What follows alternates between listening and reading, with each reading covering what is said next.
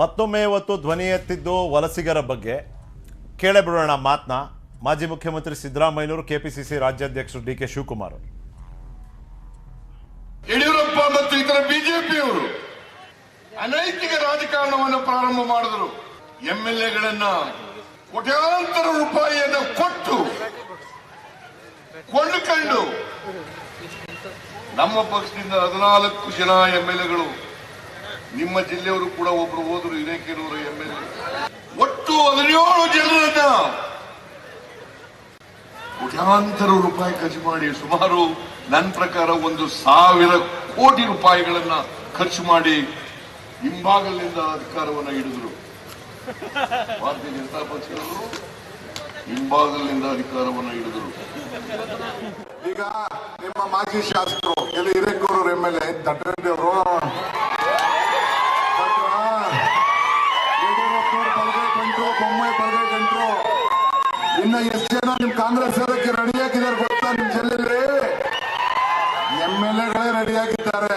ನನ್ನ ಹತ್ರ ಸ್ವಲ್ಪ ಜಾಗ ಇಲ್ಲ, ಕುರ್ಚಿ ಇಲ್ಲ, ಸ್ವಲ್ಪ ತಡೀರಪ್ಪ ಅಂತ ಹೇಳಿ ಸ್ವಲ್ಪ ನನ್ನ ಹತ್ರ ನಿಲ್ಲಿಸಿದ್ದೀನಿ. ಆಮೇಲೆ ಬೇಕಿದ್ದು ಪಟ್ಟಿ ಬಿಡುಗಡೆ ಮಾಡ್ತೀನಿ. ಎಲ್ಲರಿಗೂ ನಮಸ್ಕಾರ. ಆಪರೇಷನ್ಗೆ ಕೌಂಟರ್ ಆಪರೇಷನ್ಗೆ ರೆಡಿ ಡಿ.ಕೆ. ಶಿವಕುಮಾರ್ ಅವರು. ಸೀಟ್ ಇಲ್ಲ ಅಂತ ಕಾಯಿ ಅಂತ ಹೇಳಿದ್ದಾರೆ ರಮೇಶ್ ಬಾಬು ಅವರೇ. ಈಗ ಈ ಕಡೆಗೆ ವಲಸಿಗರ ವಿಷಯ ಯಾವತ್ತು ಬಿಡೋದು ಅಂದರೆ, ಈಗ ವೆಲ್ಕಮ್ ಡೋಂಟ್ ಕಮ್, ಯಾಕಂದ್ರೆ ಅಲ್ಲಿ ಇಬ್ಬರು ನಾಯಕರು ಇಬ್ಬರು ಥರ 2 ಥರ ಹೇಳಿದ್ರಲ್ಲ ಅಂತ. ಎಲ್ಲ ಸಂದರ್ಭಗಳಲ್ಲಿ ಚುನಾವಣೆ ಸಮೀಪ ಆದಂಥ ಸಮಯದಲ್ಲಿ ರಾಜಕೀಯ ಧ್ರುವೀಕರಣ ಆಗೋಂಥದ್ದು ಸ್ವಾಭಾವಿಕ. ಇವತ್ತು ಸನ್ಮಾನ್ಯ ಡಿ.ಕೆ. ಶಿವಕುಮಾರ್ ಅವರು ಹೇಳಿರ್ತಕ್ಕಂಥ ಮಾತಾಗಲಿ, ಸಿದ್ದರಾಮಯ್ಯವರು ಹೇಳಿರ್ತಕ್ಕಂಥ ಮಾತಾಗಲಿ ವಾಸ್ತವಿಕ ನೆಲೆಗಟ್ಟಿನ ಹಿನ್ನೆಲೆಯಲ್ಲೇ ಮಾತಾಡಿದ್ದಾರೆ. ಇವತ್ತು ಹಿರೇಕೆರೂರು ಕ್ಷೇತ್ರದಲ್ಲಿ ಈಗಾಗಲೇ ಬಣ್ಕಾರ್ರವರು ಕಾಂಗ್ರೆಸ್ ಪಕ್ಷವನ್ನು ಸೇರ್ಪಡೆ ಆಗಿದ್ದಾರೆ. ಮತ್ತು ಬನ್ನಿಕೋಡ್ರವರು ಅಲ್ಲಿ ಕಳೆದ ಚುನಾವಣೆಯಲ್ಲಿ ಸೋಲನ್ನು ಅನುಭವಿಸಿದಂಥವ್ರು, ಅವರು ಸಹ ನಮ್ಮ ಕಾಂಗ್ರೆಸ್ ಪಕ್ಷದಲ್ಲೇ ಇದ್ದಾರೆ. ಬೇರೆ ಬೇರೆ ಕಾರಣಕ್ಕೆ ಒಂದು ಪೂರಕವಾದಂಥ ವಾತಾವರಣ ಇದೆ. ಅನೇಕ ಕ್ಷೇತ್ರಗಳಲ್ಲಿ ಯಾರು ಆಪರೇಷನ್ ಕಮಲದ ಮೂಲಕ ಬಿ ಜೆ ಪಿಗೆ ಹೋಗಿದ್ದಾರೆ, ಬಹುತೇಕ ಶಾಸಕರು ಮತ್ತೆ ಕಾಂಗ್ರೆಸ್ ಪಕ್ಷದ ಕದವನ್ನು ತಟ್ತಾ ಇರ್ತಕ್ಕಂಥದ್ದು ನಿಜ ಇದೆ. ಅದೇ ಸಂದರ್ಭದಲ್ಲಿ JDSನ ಕೆಲವು ಶಾಸಕರು ಸಹ ಕಾಂಗ್ರೆಸ್ ಪಕ್ಷದ ಬಾಗಿಲು ಬಡಿತಾ ಇರ್ತಕ್ಕಂಥದ್ದು ಸರಿ ಇದೆ, ಅದು ನಿಜ ಇದೆ. ಹಾಗಾಗಿ ಆ ಸಂದರ್ಭಕ್ಕೆ ಅನುಸಾರವಾಗಿ ಮತ್ತು ಕ್ಷೇತ್ರದ ಒಂದು ಪಲ್ಸನ್ನು ನೋಡಿಕೊಂಡು ನಮ್ಮ ಪಕ್ಷದ ಹೈಕಮಾಂಡ್ನವರು, AICC ನಾಯಕರಿರ್ಬೋದು, ಅಥವಾ ಸುರ್ಜಿವಾಲರವರಿರ್ಬೋದು, ಅಥವಾ ಡಿ.ಕೆ. ಶಿವಕುಮಾರ್ ಮತ್ತು ಸಿದ್ದರಾಮಯ್ಯವರು, ಅಥವಾ ಇತರೆ ಮುಖಂಡಗಳು ಡಾಕ್ಟರ್ ಪರಮೇಶ್ ಅವರಿರ್ಬೋದು, MB ಪಾಟೀಲ್ ಅವರಿರ್ಬೋದು, ಎಲ್ಲ ಒಂದು ಹೈ ಲೆವೆಲ್ಗೆ ಒಂದು ಕಮಿಟಿಯನ್ನು ರಚನೆ ಮಾಡಿದ್ದಾರೆ. ಅವರು ನಿರ್ಧಾರವನ್ನು ತಗೋತಾರೆ. ಚುನಾವಣಾ ಸಮಯದಲ್ಲಿ ಇನ್ನೂ ಬಹುತೇಕ ಬದಲಾವಣೆಗಳಾಗುತ್ತೆ. ಮತ್ತು ಈಗಾಗಲೇ ಒಂದು ಮೆಸೇಜು, ಪಲ್ಸು, ಕರ್ನಾಟಕದ ಜನರ ಪಲ್ಸು, ಕರ್ನಾಟಕದಲ್ಲಿ ಕಾಂಗ್ರೆಸ್ ಬೇಕು, ಕಾಂಗ್ರೆಸ್ ಸರ್ಕಾರ ಮತ್ತೊಮ್ಮೆ ಸ್ಥಾಪನೆ ಆಗಬೇಕು ಅಂತ ಇರೋದ್ರಿಂದ ಬಹುತೇಕ ಯಾರು ಪಕ್ಷವನ್ನು ಆವತ್ತಿನ ಸಾಂದರ್ಭಿಕ ಕಾರಣಕ್ಕೆ ಬಿಟ್ಟು ಹೋಗಿದ್ರು, ಬಹುತೇಕರು ಮತ್ತೆ ಕಾಂಗ್ರೆಸ್ ಪಕ್ಷದ ಕದ ತಡ್ತಾ ಇರ್ತಕ್ಕಂಥದ್ದು ನಿಜ ಇದೆ. ಆದರೆ ಬರುವಂಥ ದಿನಗಳಲ್ಲಿ ತೀರ್ಮಾನವನ್ನು ನಮ್ಮ ಪಕ್ಷದ ನಾಯಕರು ನರಸಿಂಹಮೂರ್ತಿ ಅವರೇ, ಪ್ರಶ್ನೆ ಇರೋದು ಈ ರೀತಿ ಏನಪ್ಪ, ಇವ್ರ ಪಕ್ಷದಿಂದ ವಲಸೆ ಹೋದ್ರೆ ಅದು ಅನೈತಿಕ, ಆದ್ರೆ ನಿಮ್ಮ ಪಕ್ಷದಿಂದ ಅವ್ರ ಪಕ್ಷಕ್ಕೆ ವಲಸೆ ಹೋದ್ರೆ ಅದು ಕದ ತಟ್ತಾ ಇರೋದು ಅಂತ. ನರಸಿಂಹಮೂರ್ತಿ ಅವರೇ, ನೀವ್ ಹೆಂಗಪ್ಪ ನೋಡ್ತೀರಿ ಇದನ್ನ? JDS ಕಾಂಗ್ರೆಸ್ ಅವ್ರಿಗೆ ಯಾವುದೇ ತತ್ವ ಸಿದ್ಧಾಂತ ಇಲ್ಲ ಸರ್. ಅವರು ನೇರವಾಗಿ ಸಮ್ಮಿಶ್ರ ಸರ್ಕಾರ ಮಾಡ್ಕೋಬೋದಾಯ್ತು ಬಿಜೆಪಿ ಅವ್ರ ಜೊತೆ. ಈ ರೀತಿ ಹಿಂಬಾಗಲ ಮೂಲಕ ರಾಜಕೀಯ ಮಾಡುವಂತ ಅವ್ರಿಗೆ ಅನಿವಾರ್ಯ ಏನ್ ಬಂತ ಗೊತ್ತಿಲ್ಲ. ಈ ಅಂಗೈ ಉಣ್ಣು ಕನ್ನಡಿ ಬೇಕಾದ ರೀತಿ ಈಗ ಸಿದ್ದರಾಮಯ್ಯರು ಧರ್ಮಸ್ಥಳದಲ್ಲಿ ಏನೋ ಒಂದು ಟ್ರೀಟ್ಮೆಂಟ್ ಹೋದಾಗ ಯಾರ್ಯಾರನ್ನ ಕರ್ಸ್ಕೊಂಡು MP ಚುನಾವಣೆ ಮುಗಿದ್ಮೇಲೆ ನಾನು ಏನ್ ಮಾಡ್ತೀನಿ ಅಂತ ಹೇಳಿರೋದು ಜಗತ್ ಜಾಹೀರಾಗಿದೆ. ಹಿರಿಯರಾದ ನಮ್ಮ ರಮೇಶ್ ಬಾಬಣ್ಣ ಅವ್ರು ಹೇಳ್ತಾ ಇದ್ದಾರೆ, ಪಾಪ ಅವ್ರಿಗೂ ಅನಿವಾರ್ಯ, ಅವ್ರ ಪಕ್ಷನ ಸಮರ್ಥಿಸಬೇಕಾಗಿರೋದು ಇಡೀ ರಾಜ್ಯಕ್ಕೆ ಗೊತ್ತಾಗಿದೆ. ಕಾಂಗ್ರೆಸ್ ಅವರೇ ಕಳ್ಸ್ಕೊಟ್ರದು ಇಷ್ಟು ಜನ ಶಾಸಕರನ್ನ ಅಂತ ಅಂದ್ಬಿಟ್ಟು ಅವರು ನೇರವಾಗಿ ಅವ್ರ ತತ್ವ ಸಿದ್ಧಾಂತ ಎಲ್ಲ ಬಿಟ್ಬಿಟ್ಟು ನೇರವಾಗಿ ನಾವು ಬಿಜೆಪಿ ಜೊತೆ ನಾವು ಸಮ್ಮಿಶ್ರ ಸರ್ಕಾರ ಮಾಡ್ಕೋತೀವಿ ಅಂತಂದಿದ್ರೆ ರಾಜ್ಯ ಜನ ಯಾರು ಇವ್ರನ್ನ ಏನು ಇದು ಮಾಡ್ಕೋತೀವಿ, ಇವ್ರು ಅಧಿಕಾರಕ್ಕೋಸ್ಕರ ಏನ್ ಬೇಕಾದ್ರೂ ಮಾಡ್ಕೋತಾರೆ ಕಾಂಗ್ರೆಸ್ ಅವರು ಅಂತ ಅಂದ್ಬಿಟ್ಟು ಅಂದ್ಬಿಟ್ಟು ಸುಮ್ಮನಾದರು. ಇವ್ರು ಯಾಕೆ ಇದ್ರ ರೀತಿ ಹಿಂಬಾಗಲ ಮೂಲಕ ರಾಜಕೀಯ ಮಾಡ್ತಾರೋ? ಒಟ್ಟಲ್ಲಿ ಇವ್ರು ಏನ್ ಮಾಡ್ಕೊಂಡ್ರು ರಾಜ್ಯದ ಜನಕ್ಕಂತೂ ಕ್ಲಿಯರ್ ಆಗಿ ಗೊತ್ತಾಗಿದೆ. ಏನು ಇವರು ಬಿಜೆಪಿಯ ಬಿ ಟೀಮ್ ಅಂತ ಅಂದ್ಬಿಟ್ಟು ಕಾಂಗ್ರೆಸ್ ಅವರು ರಾಜ್ಯಕ್ಕೆ ಕ್ಲಿಯರ್ ಆಗಿ ಗೊತ್ತಾಗಿದೆ. ಅಲ್ಲ, ಈ ಬಿ ಟೀಮ್ ಎ ಟೀಮ್ ವಿಷಯ ಇದೆಯಲ್ಲ, ಇದು ಬಹಳ ಟ್ರಿಕ್ಕಿ ವಿಷಯ. ನರಸಿಂಹಮೂರ್ತಿ ಅವರೇ, ಇದು ಬಹಳ ಟ್ರಿಕ್ಕಿ ವಿಷಯ. ಯಾಕಂದ್ರೆ ಮಂಡ್ಯದಲ್ಲಿ ಯಾರಿಗೆ ಯಾರು ಎ ಟೀಮು ಯಾರು ಬಿ ಟೀಮು ಅನ್ನೋದು ಒಂದಾದ್ರೆ ಹೇಳಿ ಹೇಳಿ ಹೇಳಿ ನರಸಿಂಹಮೂರ್ತಿ ಹೇಳಿ. ಹಾಂ ಅಲ್ಲಲ್ಲ, ಬಿಜೆಪಿ ಬಿ ಟೀಮ್ ಅಂತ ಜೆಡಿಎಸ್ ಹೇಳ್ತಾರಲ್ಲ, ಅಂತವ್ರಿಗೆ ನಾಚಿಕೆ ಆಗ್ಬೇಕು ಇನ್ನೊಂದ್ಸರಿ ಆ ಮಾತನ್ನ ಅವ್ರ ಬಾಯಿನಲ್ಲಿ ಬರೋದಿಕ್ಕೆ. ಹಿಂಬಾಗಿಲ ಮೂಲಕ ಕಳ್ಸ್ಬಿಟ್ಟು ತಿರ್ಗಾ ಕಳ್ಸ್ಕೊಂಡು ಅವ್ರನ್ನ ಇದು ಸಸ್ಪೆಂಡ್ ಮಾಡೋ ಅನಿವಾರ್ಯತೆ ಏನಿತ್ತು? ಹೌದು, ನಾವೇ ಕಳ್ಸಿದೀವಿ ಜೆಡಿಎಸ್ ಜೊತೆ ಸರ್ಕಾರ ಮಾಡ್ಲಿಕ್ಕೆ ನಮ್ಗೆ ಇಷ್ಟ ಇರ್ಲಿಲ್ಲ, ನಾವು ಬಿಜೆಪಿ ಜೊತೆ ಮಾಡ್ಕೋತೀವಿ ಅಂತ ಹೇಳಿ ನೇರವಾಗಿ ಕಳಿಸಿ ಅವ್ರನ್ನ ಸಸ್ಪೆಂಡ್ ಮಾಡದೆ ಹಂಗೆ ಪಕ್ಷದಲ್ಲೇ ಉಳಿಸ್ಕೋಬೋದಾಯ್ತಲ್ಲ. ಈ ರೀತಿ ಯಾಕೆ ಹಿಂಬಾಗಿಲ ಮೂಲಕ ರಾಜಕೀಯ ಮಾಡ್ಬೇಕು? ಇದು ತತ್ವ ಅಂತಾರ, ಸಿದ್ಧಾಂತ ಅಂತಾರ. ಇವ್ರು ಹೋರಾಟ, ಕಾಂಗ್ರೆಸ್ ಬಿಜೆಪಿ ವಿರುದ್ಧ ಹೋರಾಟ ಮಾಡ್ಕೊಂಡ್ ಬಂದಿದ್ರಲ್ಲ ಇಷ್ಟು ವರ್ಷಗಳ ಕಾಲ. ಶಶಿಲ್ ನಮೋಶಿ ಅವ್ರ ಶಶಿಲ್ ನಮೋಶಿ ಅವರೇ ಪಾಪ ತುಂಬಾ ಬೇಸರದಲ್ಲಿದ್ದಾರೆ ಕಾಂಗ್ರೆಸ್ ನಾಯಕರು. ಈ ಹೇಳಿಕೆಗಳಿದೆಯಲ್ಲ, ಪದೇ ಪದೇ ವಲಸೆ ಹೋದವರ ಒಂದು ಉಲ್ಲೇಖ, ಅದನ್ನ ಬಿಜೆಪಿ ಹೇಗೆ ನೋಡುತ್ತೆ? ಅಲ್ಲ, ಈಗಲೂ ನಿಮ್ಮ ಪಕ್ಷದಿಂದ ಒಂದಷ್ಟು ಜನ ಅಲ್ಲಿಗೆ ಹೋಗಕ್ಕೆ ರೆಡಿ ಇದ್ದಾರಂತೆ. ಆ ವಲಸೆ ಎಫರ್ಟನ್ನ ನೀವು ಹೇಗೆ ವ್ಯಾಖ್ಯಾನಿಸ್ತೀರಿ?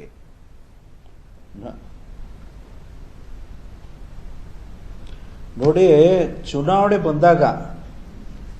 ಬಂದಾಗ ಎಲ್ಲ ರಾಜಕೀಯ ಪಕ್ಷಗಳು ತಮ್ಮದಾದಂಥ ಒಂದು ತಂತ್ರಗಳನ್ನು ಮಾಡ್ತಾರೆ.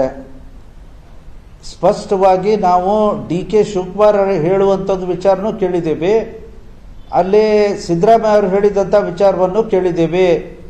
ಅವರಿಗೆ ತಪ್ಪಿನೂ ನಾವು ತಗೊಳ್ಳೋದಿಲ್ಲ ಅಂತ ಒಂದು ಕಡೆ ಸಿದ್ದರಾಮಯ್ಯ ಅವರು ಹೇಳ್ತಾರೆ, DK ಶಿವಕುಮಾರ್ ಅವರು ಕದ ತಡ್ತಾ ಇದ್ದಾರೆ ಅಂತ ಹೇಳ್ತಾರೆ. ಅಂದರೆ ಆ ಪಕ್ಷದಲ್ಲಿ ಎಷ್ಟು ಡಿಫ್ರೆನ್ಸಸ್ ಇದ್ದಾವೆ. ಅವರು ಎರಡು ಬೇರೆ ಬೇರೆ ದಿಕ್ಕದಲ್ಲಿ ಒಂದು ಪಕ್ಷದಲ್ಲಿ ಕೆಲಸ ಮಾಡ್ತಿದ್ದಾರೆ. ಅದು ಹೆಂಗೆ ಅಧಿಕಾರದ ಕನಸು ಕಾಣ್ತಾ ಇದ್ದಾರೋ ನನಗೇ ಗೊತ್ತಾಗ್ತಾ ಇಲ್ಲ. ಆದರೆ ಸ್ಟ್ರಾಟಜಿ ವೈಸ್ ಅವ್ರು ಬರ್ತಾರೆ ಅಂತ ಹೇಳ್ಕೊಂತ ಅವ್ರು ಇರ್ತಾರೆ. ಆದರೆ ನಮ್ಮ ಪಕ್ಷಕ್ಕೆ ಬಂದಾದ್ಮೇಲೆ ಅವರಿಗೆ ಹೆಚ್ಚು ಕಡಿಮೆ ಎಲ್ಲರಿಗೂ ಮಂತ್ರಿ ಸ್ಥಾನವನ್ನು ಕೊಟ್ಟಿದ್ದೇವೆ, ಒಳ್ಳೆ ಪೋರ್ಟ್ಫೋಲಿಯೋನ ಕೊಟ್ಟಿದ್ದೇವೆ. ಮೊದಲೇ ಮುಖ್ಯವಾದ ಮಾತನ್ನಂತಂದರೆ they have accepted our ideology. ನಮ್ಮ ಪಕ್ಷಕ್ಕೆ ಅಂಟ್ಕೊಂಡಿದ್ದಾರೆ. ಅವ್ರಿಗೆ ಒಳ್ಳೆ ಪೋರ್ಟ್ಫೋಲಿಯೋನ ಕೊಡೋದ್ರ ಜೊತೆಗೆ ಯಾವ ಒಂದು ಸ್ಥಾನದಲ್ಲಿ ಅವ್ರಿಗೆ ಕಾಣಬೇಕು ಆ ಪ್ರಮಾಣದಲ್ಲಿ ನಾವು ಕಂಡಿದ್ದೇವೆ.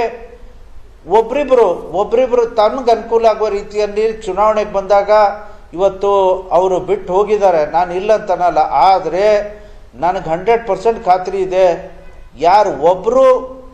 ಒಬ್ರು ಯಾರು ನಮ್ಮ ಪಕ್ಷವನ್ನ ಬಿಟ್ಟು ಹೋಗೋದಿಲ್ಲ. They are satisfied in our party. They have been given the power.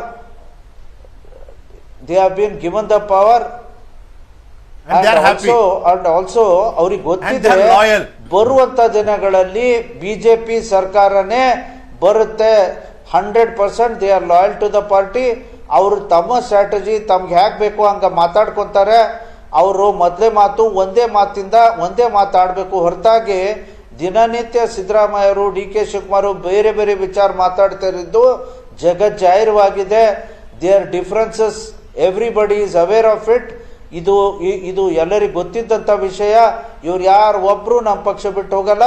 ಖಂಡಿತ ನಮ್ಮ ಜೊತೆಗೆ ಬರುವಂತ ದಿನಗಳಲ್ಲಿ ಚುನಾವಣೆಯಲ್ಲಿ ಸ್ಪರ್ಧೆ ಮಾಡ್ತಾರೆ.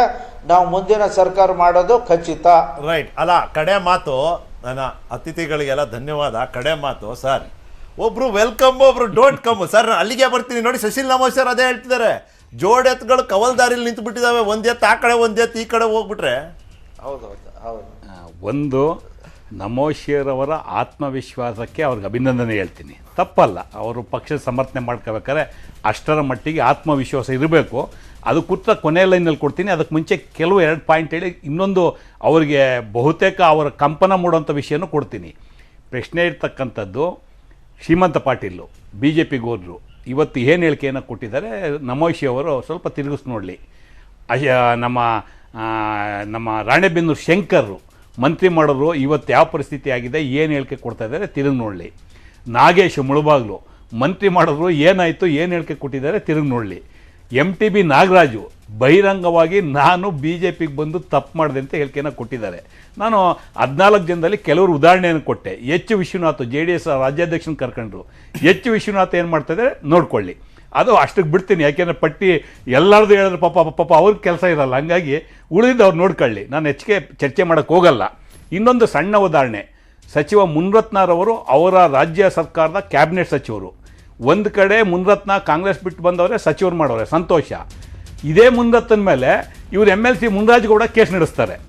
ಇದು ಭಾರತೀಯ ಜನತಾ ಪಕ್ಷದಲ್ಲಿ ಇರ್ತಕ್ಕಂಥ ಗೊಂದಲ. ಅದಕ್ಕೆ ನಾನು ಹೆಚ್ಚಿಗೆ ಹೇಳೋದಕ್ಕೆ ಹೋಗೋದಿಲ್ಲ. ಇನ್ನೊಂದು ಅವ್ರಿಗೊಂದು ಉತ್ತರ ಕೊಡ್ತೀನಿ, ಅದಕ್ಕೆ ಮುಂಚೆ JDS ಒಂದು ಮುಗಿಸ್ಬಿಡ್ತೀನಿ. ನರಸಿಂಹಮೂರ್ತಿ ನನ್ನ ಸ್ನೇಹಿತರು ಪಾಪ ಏನೇನೋ ಹೇಳ್ತಿದ್ದಾರೆ ಪದ ಬಳಕೆ, ಅವ್ರು ಏನು ಹೆಚ್ಚಿಗೆ ಮಾತಾಡೋದು ಬೇಡ. ಹುಣಸೂರಲ್ಲಿ ನಮ್ಮ ಪ್ರಜ್ವಲ್ ರೇವಣ್ಣವ್ರು ಒಂದು ಹೇಳಿಕೆ ಕೊಟ್ರಲ್ಲ, ನಮ್ಮ ಪಕ್ಷದಲ್ಲಿ ಸೂಟ್ಕೇಸ್ ಸಂಸ್ಕೃತಿ ಇದೆ ಅಂತೇಳಿ, ಅದೊಂದಕ್ಕೆ ಅವ್ರು ಉತ್ತರ ಕೊಟ್ಬಿಟ್ರೆ ಆಮೇಲೆ ಜನ ಅವ್ರಿಗೆ ಏನ್ ಮಾಡ್ಬೇಕು ಏನ್ ಮಾಡಬಾರ್ದು ತೀರ್ಮಾನ ಕೊಡ್ತಾರೆ. ಅದಲ್ಲಿ ಬಿಡ್ತೀನಿ. ಒಂದ್ ನಿಮಿಷ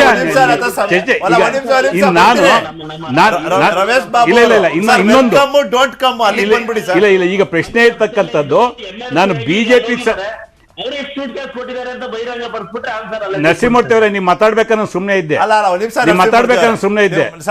ಈಗ ಬಿಜೆಪಿಗೆ ಸಂಬಂಧಪಟ್ಟಂತೆ ನಮೋಶಿ ಅವ್ರಿಗೊಂದು ಮಾತಾಡ್ತೀನಿ. ಸ್ವಾಮಿ, ದಯಮಾಡಿ ಸಿದ್ದರಾಮಯ್ಯನವರು DK ಶಿವಕುಮಾರ್ ವಿಚಾರ ಮಾತಾಡೋದಕ್ಕೆ ಮುಂಚೆ ನಿಮ್ಮ ಪಕ್ಷದಲ್ಲಿ ಆಗ್ತಾ ಇರ್ತಕ್ಕಂಥ ಆಂತರಿಕ ವಿಚಾರವನ್ನು ನೋಡ್ಕೊಳ್ಳಿ. ಕರ್ನಾಟಕದಲ್ಲಿ BJPಯ 30 ಶಾಸಕರು, ದಟ್ಟು ಯಡಿಯೂರಪ್ಪನವರ ಬೆಂಬಲಿತ ಶಾಸಕರು, ಕರ್ನಾಟಕದಲ್ಲಿ ಬಸವರಾಜ ಬೊಮ್ಮಾಯಿ ನಾಯಕತ್ವ ಬದಲಾವಣೆ ಆಗಬೇಕಂತೇಳಿ ನಿಮ್ಮ BJPಯ ಪ್ರಧಾನಮಂತ್ರಿಗಳಿಗೆ ಮತ್ತು ನಡ್ಡಾರವರಿಗೆ ಅರ್ಜಿಯನ್ನು ಕೊಟ್ಟಿದ್ದಾರೆ. ಇದನ್ನ ಮೊದಲು ನೀವು ಸಾಲ್ವ್ ಮಾಡ್ಕೊಳ್ಳಿ, ಆಮೇಲೆ ಕಾಂಗ್ರೆಸ್ ಪಕ್ಷದ ಗುಂಪುಗಾರಿಕೆ ಬಗ್ಗೆ ನೀವು ಮಾತಾಡಿ. Sir, welcome don't come sir, very quickly 30 seconds ಅಲ್ಲಿ ವೆಲ್ಕಮ್ ಡೋಂಟ್ ಕಮ್. ನೋಡಿ, ಕಾಂಗ್ರೆಸ್ ಪಕ್ಷದಲ್ಲಿ ಸಿದ್ಧಾಂತದಲ್ಲಿ ನಂಬಿಕೆ ಇಟ್ಕೊಂಡು ಕೋಮುವಾದವನ್ನು ವಿರೋಧ ಮಾಡಿ ಬರುವಂಥವ್ರಿಗೆ ಯಾವತ್ತೂ ಸಹ ಕಾಂಗ್ರೆಸ್ ಪಕ್ಷದಲ್ಲಿ ಆಹ್ವಾನ ಇರುತ್ತೆ. ಟಿಕೆಟ್ ಕೊಡೋದು ಬಿಡೋದು ಎರಡನೇ ಪ್ರಶ್ನೆ. ಬಟ್ ಕಾಂಗ್ರೆಸ್ಗೆ ಬರುವಂಥವ್ರಿಗೆ ಯಾವತ್ತೂ ಬೇಡ ಅಂತ ಹೇಳೋದಿಲ್ಲ. ಮತ್ತೆ ಒಂದು ಸತ್ಯವನ್ನು ಎಲ್ಲ ತಿಳ್ಕೋಬೇಕು, ಇಟ್ ಈಸ್ ದ ಹಿಸ್ಟರಿ. ಈ ದೇಶದಲ್ಲಿ ಎಲ್ಲ ರಾಜಕೀಯ ಪಕ್ಷಗಳಿಗೆ mother political party is the Congress party. ಯಾರು ಬಿಟ್ಟೋಗಿರೋರು ವಾಪಸ್ ಬರೋದಾಗ್ಲಿ, ಅಥವಾ BJPಲಿ ಕೆಲವರು ಅಲ್ಲಿನ ವ್ಯತ್ಯಾಸಗಳನ್ನ ಗಮನಿಸಿ ನಮ್ಮ ಪಾರ್ಟಿಗೆ ಬರ್ತೀವಿ ಅನ್ನೋದಾದ್ರೆ ನಾವು ಖಂಡಿತ ಸ್ವಾಗತ ಮಾಡ್ತೀವಿ. ರೀತಿಯಲ್ಲಿ ಗರ್ವಾಪ್ಸಿ ಅಂತ, ಒಂದು ರೀತಿಯಲ್ಲಿ ಗರ್ವಾಪ್ಸಿ ನ್ಯಾಚುರಲಿ.